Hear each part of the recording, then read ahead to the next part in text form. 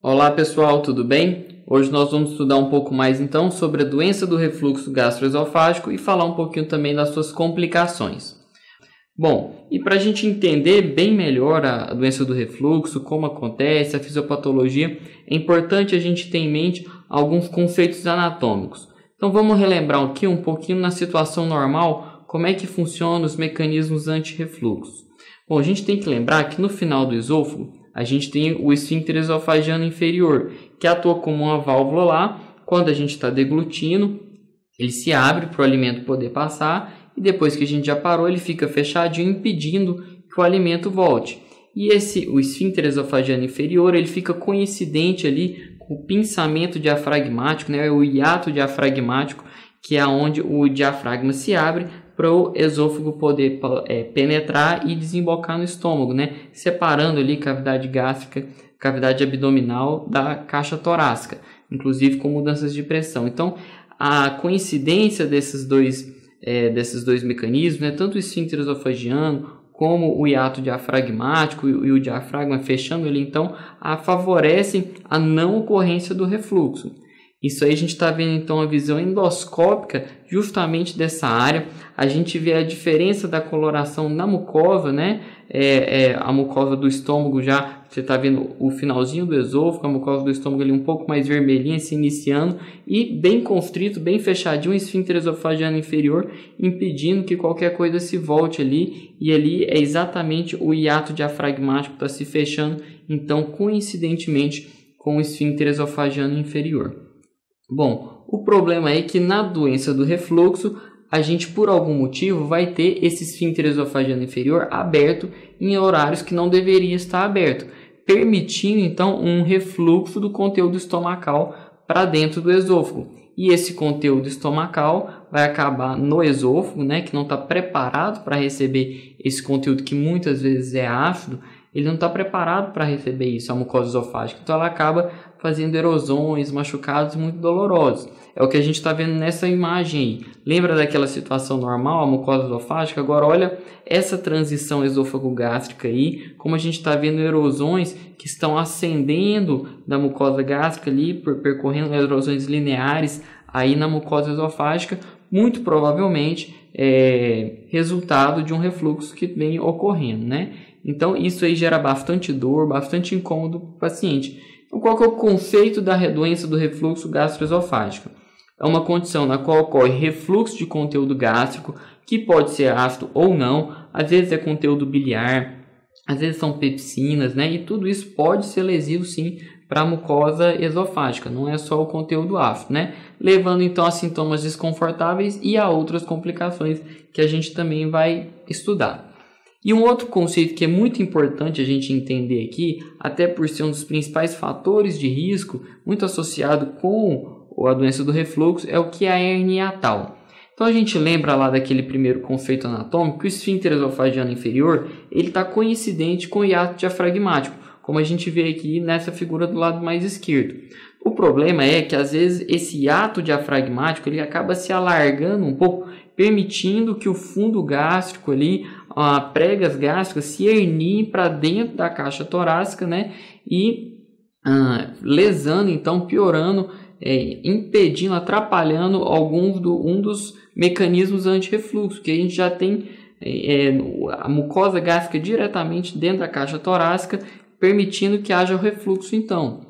Essa daí, da foto mais à esquerda, é a visão endoscópica. Quando eu chego, eu estou vendo lá o esfíncter esofagiano inferior, mas eu estou vendo pregas gástricas subindo para dentro do esôfago, né? E a transição esôfago-gástrica, que a gente chama de linha Z, está aqui, ela não está coincidente mais lá com o esfíncter, né? Com o hiato diafragmático, o pinçamento diafragmático.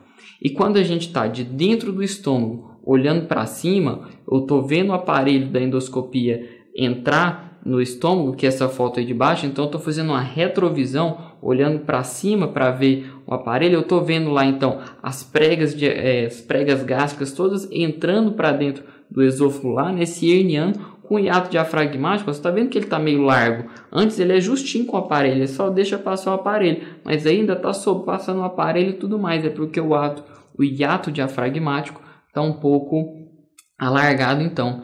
Então, a hérnia hiatal é uma herniação do estômago através do hiato diafragmático, e a importância dela é que isso é um dos principais fatores de risco para o desenvolvimento da doença do refluxo, porque ela já pula ali dos mecanismos anti-refluxo que a gente tem. E quais são os outros fatores de risco, então, associados com a doença do refluxo, além da hérnia hiatal? Bom, a gente sabe que idade também tem relação. Quanto maior a idade, até um certo limite, maior a chance de doença do refluxo. A partir de 45, 50 anos, aí já não, se o paciente nunca teve, não é tão comum ter mais, é até um fator de alarme, né, para a gente investigar isso melhor. A obesidade, então, pacientes que têm um IMC maior do que o normal, né, tem maior chance de desenvolver a doença do refluxo, por conta de ter uma pressão intraabdominal às vezes um pouco maior, né, facilitando com que ocorra refluxo, diminuindo o esvaziamento gástrico. A mesma coisa na gestação, ocorre mais refluxo na gestação porque a pressão intraabdominal está elevada. Quem tem uma alimentação muito desregulada, cheia de coisas que podem facilitar o refluxo, como os alimentos gordurosos, as bebidas gaseificadas, café, chocolate, a gente vai ver tudo isso lá na frente. E o sexo feminino também tem uma discreta associação.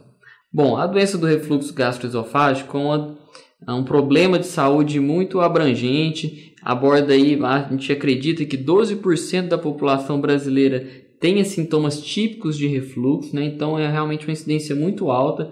E quando a gente imagina pacientes com sintomas atípicos também, que acabaram ainda não tendo diagnóstico, essa incidência pode atingir até 20% da população, né? E é então uma doença em que tem um prejuízo bastante importante na qualidade de vida dos pacientes. Eles acabam tendo gastos com isso, restrições alimentares, né? Um custo elevado por um tempo prolongado de tratamento.